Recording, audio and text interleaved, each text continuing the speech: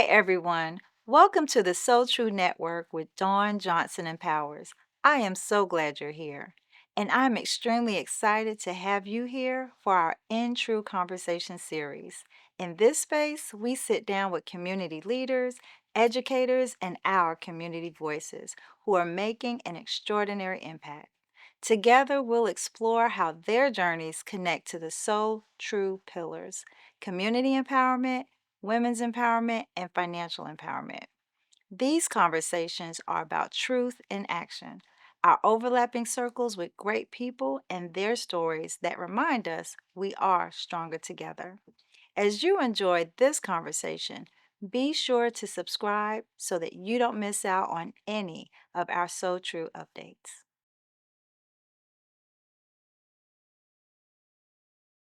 This is the So Tru Network, where your truth and my truth intersect and we find liberty.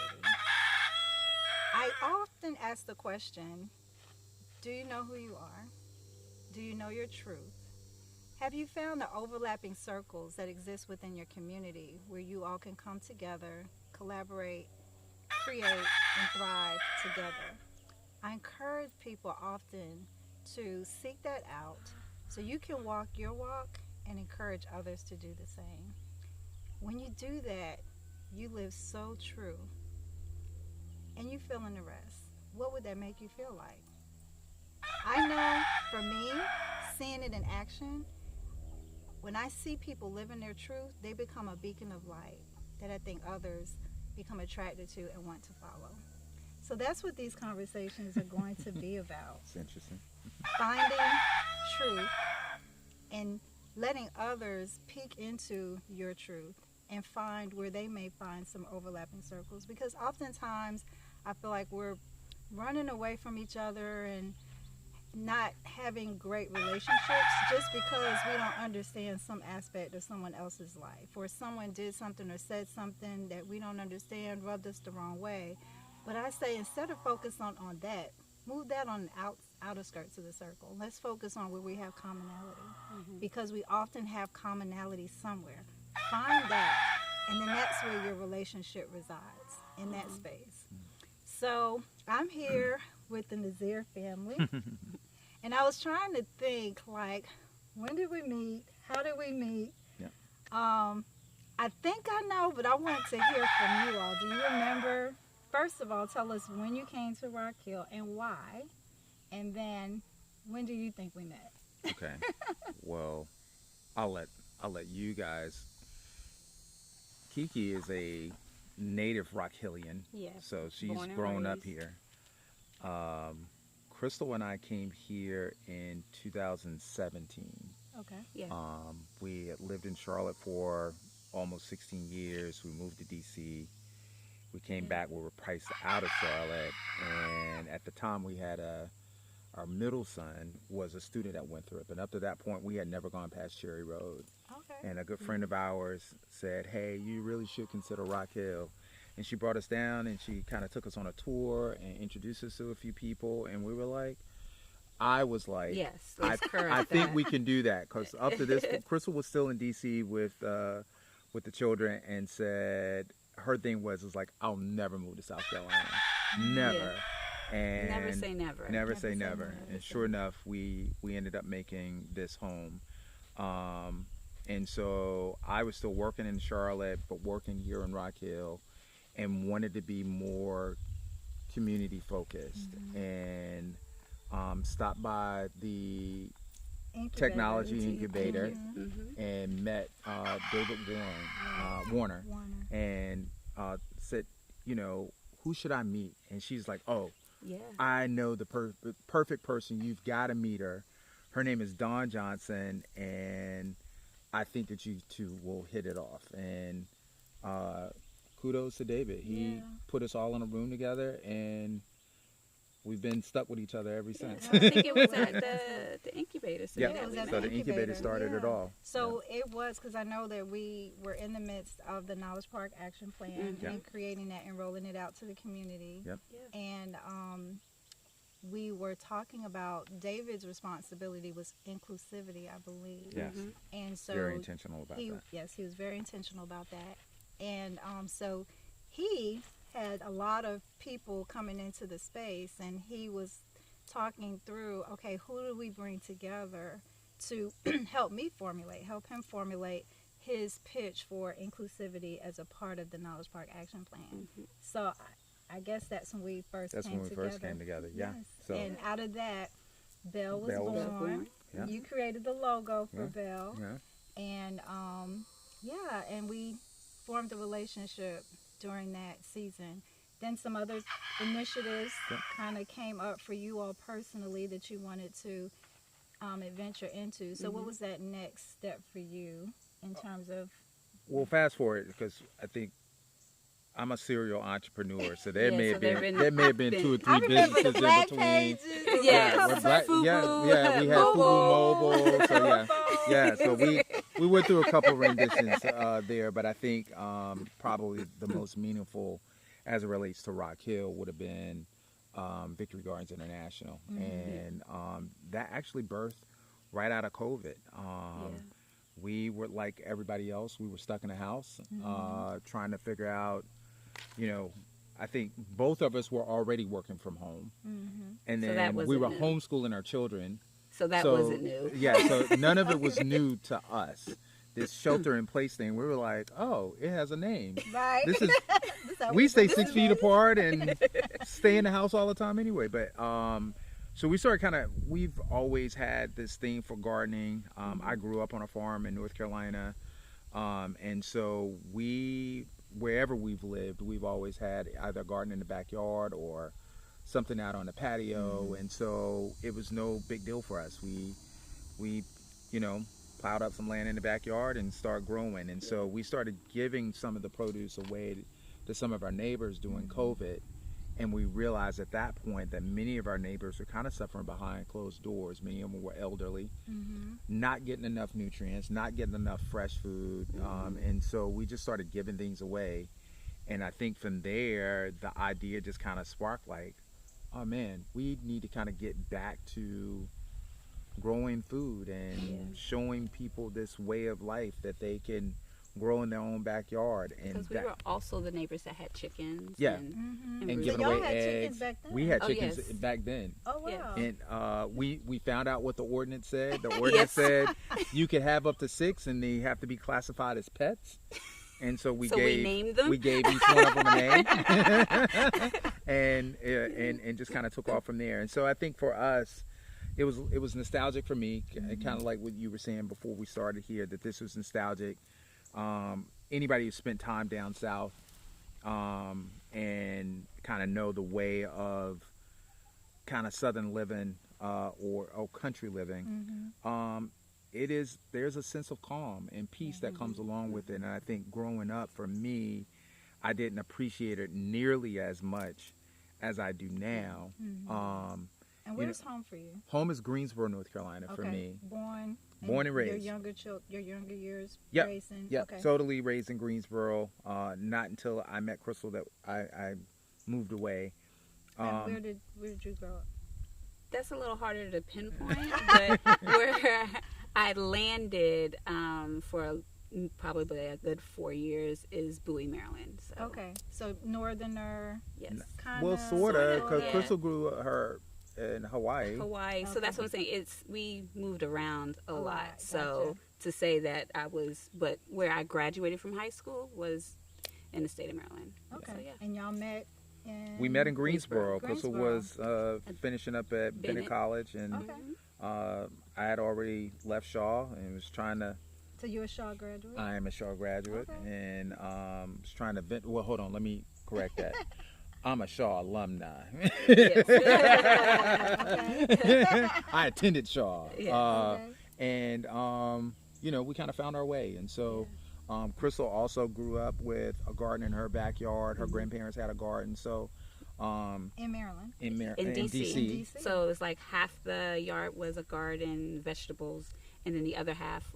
So my grandmother was the produce. My grandfather was the florist, and so it was beautiful flowers, and so it's just on two And I separate. wanted to make that point because sometimes we say, oh, if you grew up north, you probably don't understand growing food and gardens and things of the nature. So I wanted to give that point of clarity. Yeah, I also think that, many of the folks who are up north migrated up north, Yes. right? And so they brought those traditions of homesteading and gardening and self-sufficiency and survival. They took that with them up north. Right. And so that's why, I mean, it's like some of the best soul food is not always down south. I mean, Exactly. you can get good soul food in New York. And so where like you were coming down south for the summer, I was going up north for the summer. Gotcha. And so I spent a lot of time in Harlem and Brooklyn with my stepfather's family during the summers. And so I remember literally sitting in Sylvia's restaurant in Harlem while my parents were at their Masonic meeting and I couldn't go inside of the Masonic temple. I would sit in a booth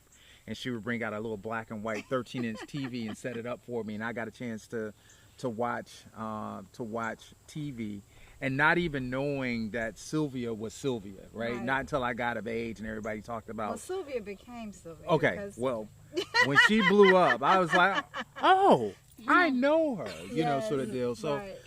but again, I think it's this thing, this association with just our people and food in general. And I know food is a very intimate thing, but I think when you know exactly where it comes from, it kind of becomes a thing. And so that's where Victory Gardens kind of started. I know Key, her family are very food oriented. Her mom is an amazing cook, and so I think, when we got to Rock Hill, I don't think this is certainly not what we thought we were going to be doing. When COVID hit, we were in the process of trying to buy a radio station. And so like things just really shifted for us. And so, but I think in this process, we found our peace and knowing that this is the work that we were kind of set out to do, and being very community oriented. And I think as we look at our upbringings, although we all grew up in different geographical areas, our upbringings were very similar.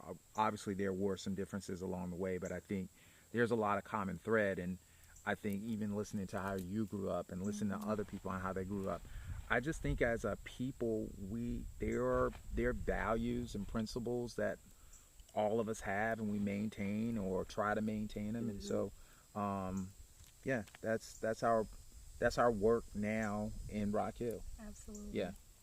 Well, I know we've done a variety of things together.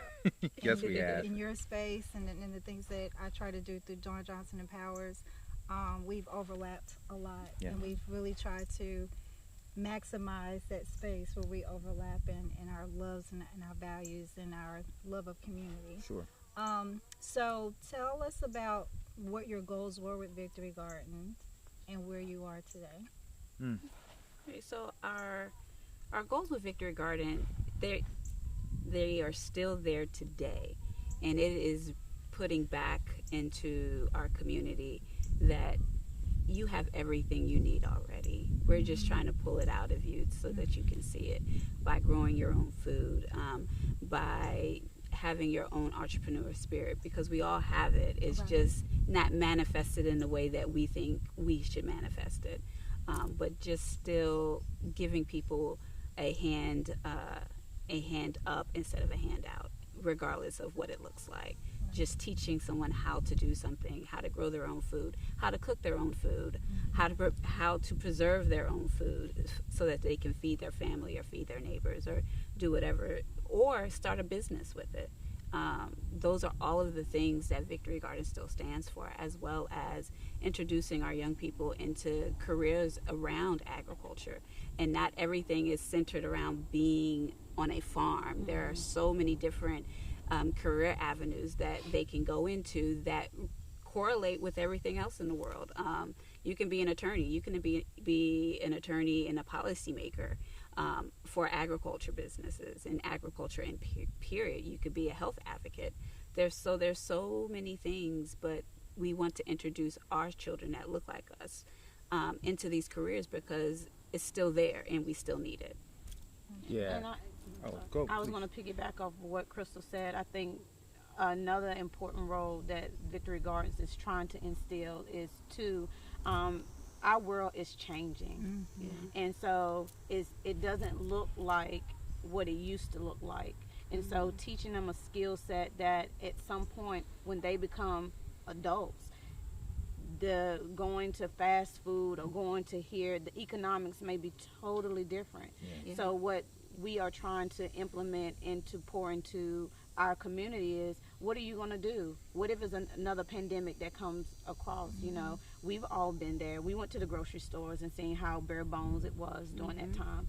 But this gives them a sense of, oh, now I know I can go and grow my food. I can still have some type of revenue, and my children will learn how to do that, and that's something they can pass down to their own children. I think building a new type of generation that goes back to what we have been accustomed to when we were younger. So I think that's a lot of part of the important work that Victory Gardens is doing as well. Yeah, I would say at the core, Victory Gardens has always been about survival and self-sufficiency. You know, when we chose the name Victory Gardens, it was intentional. Victory Gardens was an effort, a worldwide effort, back during war times of World War One and Two, where a lot of the food that was being produced was actually going across seas to the troops. And so the federal government encouraged everyone to have a victory garden. That was your way of being a part of the war. Maybe you were not serving on the front line, but by growing food and helping your community grow and growing and eating directly from what you have so that they could, all of the mass produced food could go overseas. Well, That was you doing your part. that was you Right. doing your part. Well, we're still at war. Right. We're just Yeah. fighting a different war now. And for low wealth communities, probably more than anything in any other time, this is where we really need to learn those self-sufficiency skills. You know, probably like you, Dawn. You know, my grandparents. When you hear people talking about, we live off the land. No, they literally lived off the land. And so there were no big box grocery stores. There were no Walmarts or Food Lions and Harris Teeters that you could just, swing into and pick up something and go. Like, they survived off of the land. But I also look at them and, a prime example of that is Brother Wali, who, it was our mentor and now our neighbor. At 88 years old, he's on this tractor and he's out here stringing up tomatoes and trying to get things. But I mean, it as opposed to eating mass-produced food, because even the produce you get out of the store is not great, Exactly. right? Yeah. And so you don't know where it's been you don't know manufactured. or coming from Right. or that sort of thing. And so I do think that there is this tie in this sense of Victory Gardens has always been about survival and self-sufficiency and teaching it. I think our thing was we wanted Victory Gardens to always be very transactional, that we're not just going to give it to you. Right. Yeah, there's some sort of transaction, whether that's monetary, whether that means you can put your hand in the soil and help grow it, move a box, do something. But it has to be earned, because that's how the land works. Like, you don't, You granted, can't just plant something and not and tend just to let it. not tend to it. Right, right. God will do his part, but you got to do yours too. Exactly. And so we wanted to kind of get a sense of that and kind of really going back to a very natural state of just saying, hey, we're going to cultivate and work towards building something. And I think that has always been at the core, and now we have to start teaching a new generation how to do the same.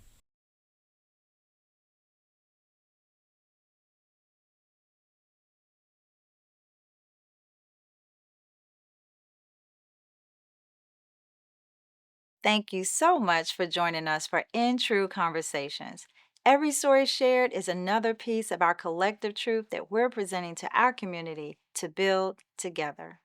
I invite you to stay connected with the So Tru Network by subscribing to our channel, liking our videos, and please share this episode with someone who you think may need it. Remember, your truth matters, and when your truth and my truth intersect, we will find liberty. So I'll see you in the next conversation.